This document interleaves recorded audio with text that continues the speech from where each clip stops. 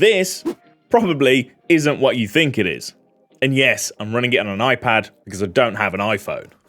At the recent Blackmagic update event, the one and only Grant Petty brought us his usual no nonsense, no BS, straight to the point delivery to let us know that they're releasing some pretty cool new stuff. There's a new Blackmagic Studio Camera 4K Plus G2. They also released a Blackmagic Micro Studio Camera 4K G2 once again, which is actually more interesting to me than the full fat version. It's a teeny tiny box camera that's capable of 4K 60. It's got 12G and HDMI outputs, micro four thirds sensor, and it costs just $995, which is actually really quite cheap. So I can see this being really useful for YouTubers or those with studios who want to get a camera up in unusual places. It's pretty cool, actually. What is this? A camera.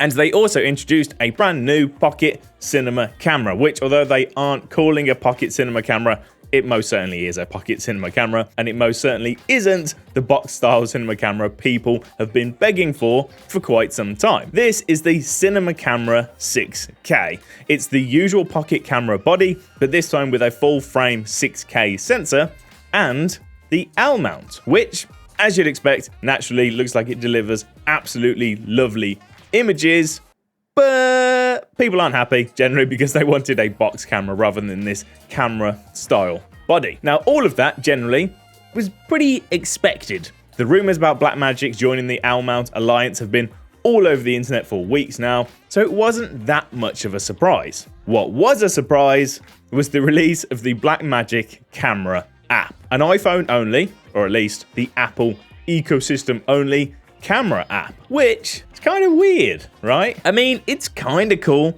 It's free for starters, 100% free and ready to download right now if you want it. Just jump over to the Apple Store, search for the Blackmagic Camera App, and you should be able to find it from there. Being free means it's accessible for everyone, which is very Blackmagic and, as I say, pretty cool. The Blackmagic interface, as we all know, is a great one. If you've ever used any of the Blackmagic cameras or the video assist or anything like that, you know that the Blackmagic interface is very simple and easy to use. So that's not a bad thing, having that on your iPhone to shoot some video or whatever. It comes with some advanced features like time codes, histograms, focus assist, zebras, grids, frame guides, false colors, and of course 3D LUTs. There's also a funky stealth mode which allows you to hold the phone in portrait mode, sort of upright, but it actually records landscape video. It manages this by cropping into the sensor, so you are losing resolution, losing quality, but still, it's a pretty neat solution. You can walk around with your phone like this while still recording landscape video rather than the dreaded portrait video, because if you're not a TikToker or whatever, you maybe don't care too much about portrait video. You can even sync footage up from multiple cameras using the built-in time codes for some multi-cam goodness, which again, I can see the uses. You can record directly to the iPhone storage, an external SSD, or have the footage uploaded directly to the brand new Blackmagic Cloud Storage, which is of course Blackmagic's own take on cloud storage specifically designed for Davinci Resolve, which again, pretty cool. I've talked about that in slightly more detail in my 18.6 Davinci Resolve update video, link below. Now the app records in ProRes and Apple Log, although of course there's no Blackmagic RAW, which is a bit of a shame. Maybe that will come in the future.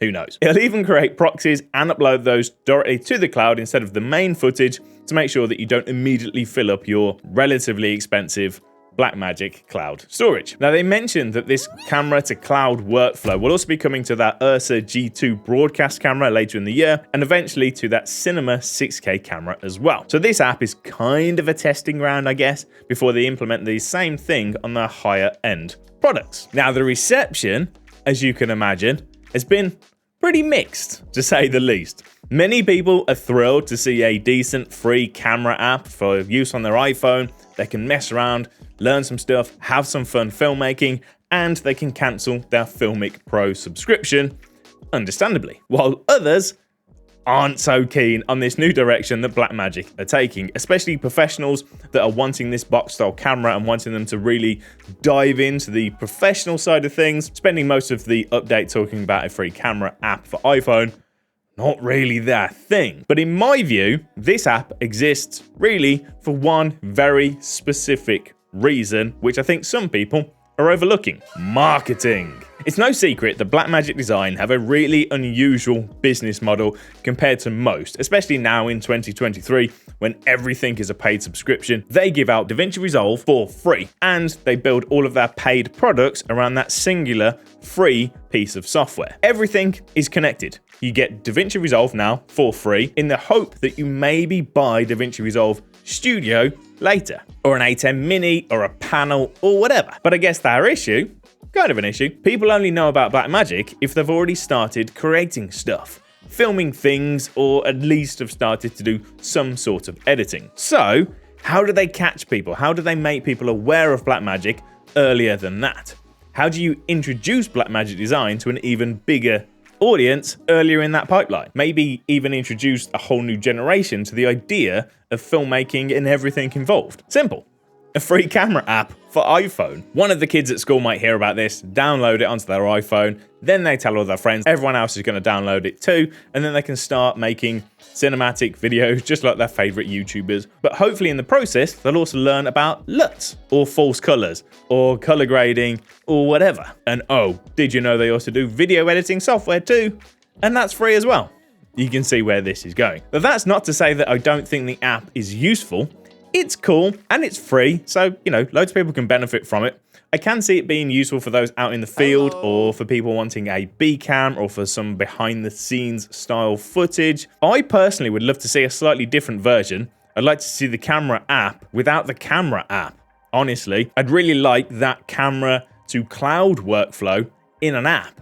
So if you imagine you're out on a shoot, you just plug your USB-C card reader into your phone and put in your SD card, or if you've got an SSD, you shove that in. Everything is Type-C these days, so that makes a whole lot of sense. You select the files on your phone, you get your phone to generate the proxies, you sync those proxies with the cloud using your mobile data or Wi-Fi if you've got it, and then when you get home, your project is good to go. You've got all of those proxies ready to go. You can start editing, then you can plug your SSD or your SD card into your PC to get the camera originals, and job done. I actually think that'll be more useful for the professional people, the people that are already doing this sort of thing. And again, marketing wise, it'd be a good way of selling the cloud storage.